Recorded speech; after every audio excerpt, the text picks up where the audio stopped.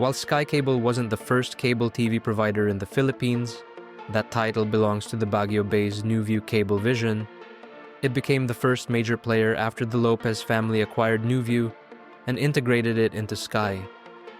Or did the Lopez's own Newview from the start? There are conflicting stories about that. Regardless, SKYcable set itself apart from earlier CATV providers by operating on a much larger scale, especially in Metro Manila. Over the course of more than 30 years, SKYcable featured a wide variety of channels, many of which are no longer around. In this video, we'll highlight some of the underrated channels that truly kicked ass.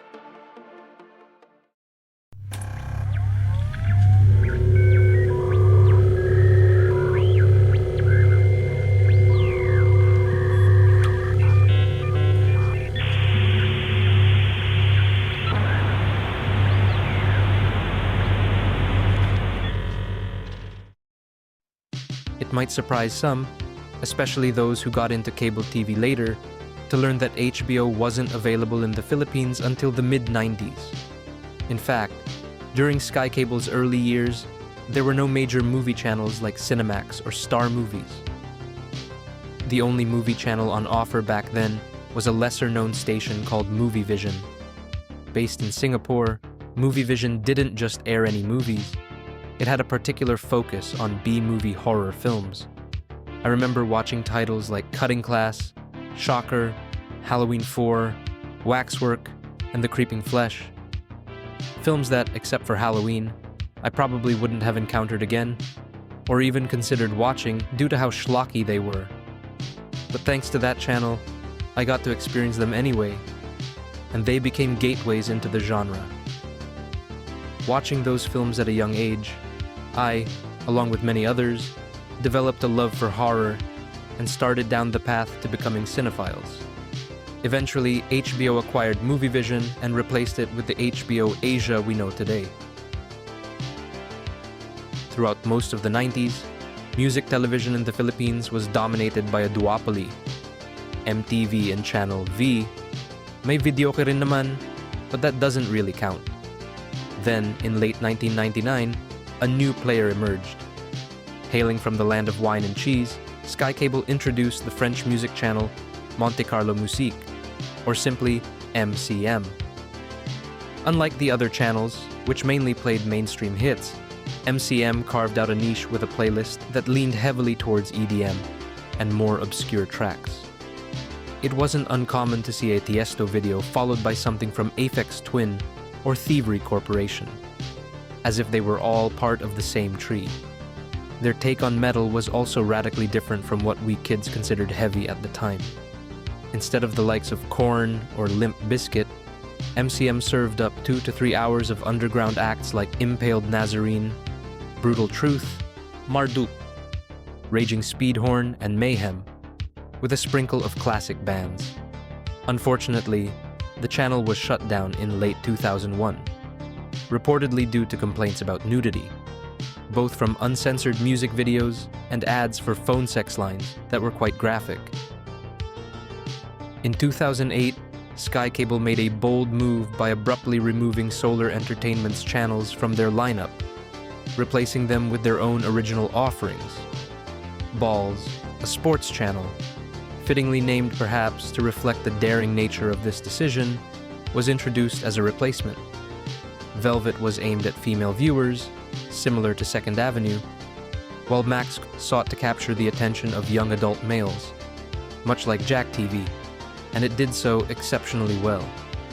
While Max couldn't replicate the sports entertainment aspect, Jack TV's massive WWE library being the only real contender there, it held its own by delivering a diverse mix of programming with titles like Breaking Bad, Nocturnal Emissions, and Modern Toss.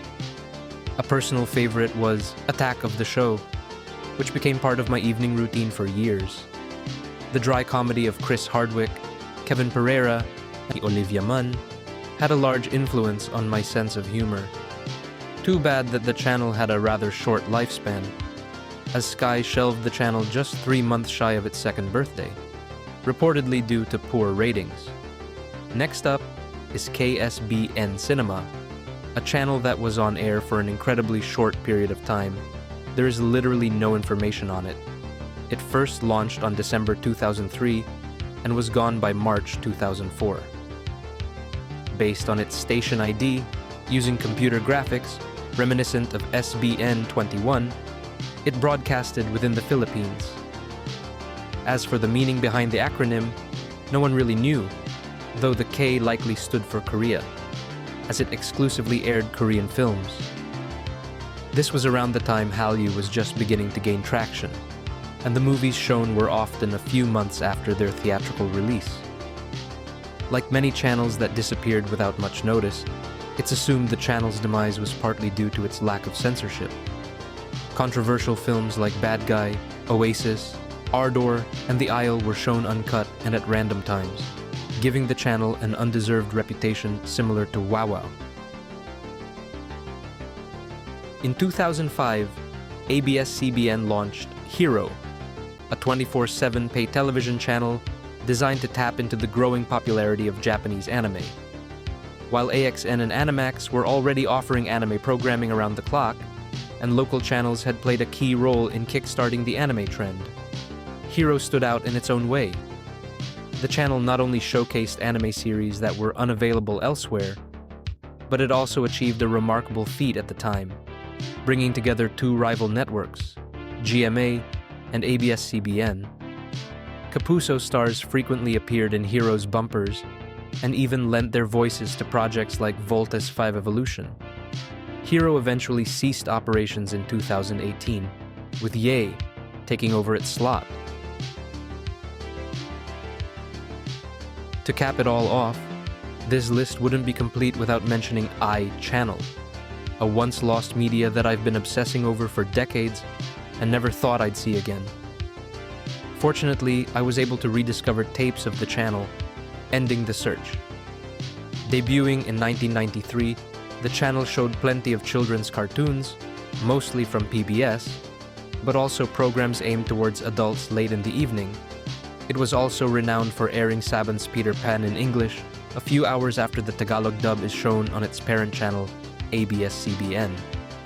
SKYcable, possibly realizing that its content overlapped with Star World and their own Studio 23, pulled the plug on the channel in 1999. Some might say that its spiritual successor was the aforementioned Max, although its slant was more towards young adult males than the kiddie veneer of the iChannel. And there you go. The best underrated SKYcable channels, in my humble opinion. Do you agree with this list? Tingin nyo ba may nakalimutan ako?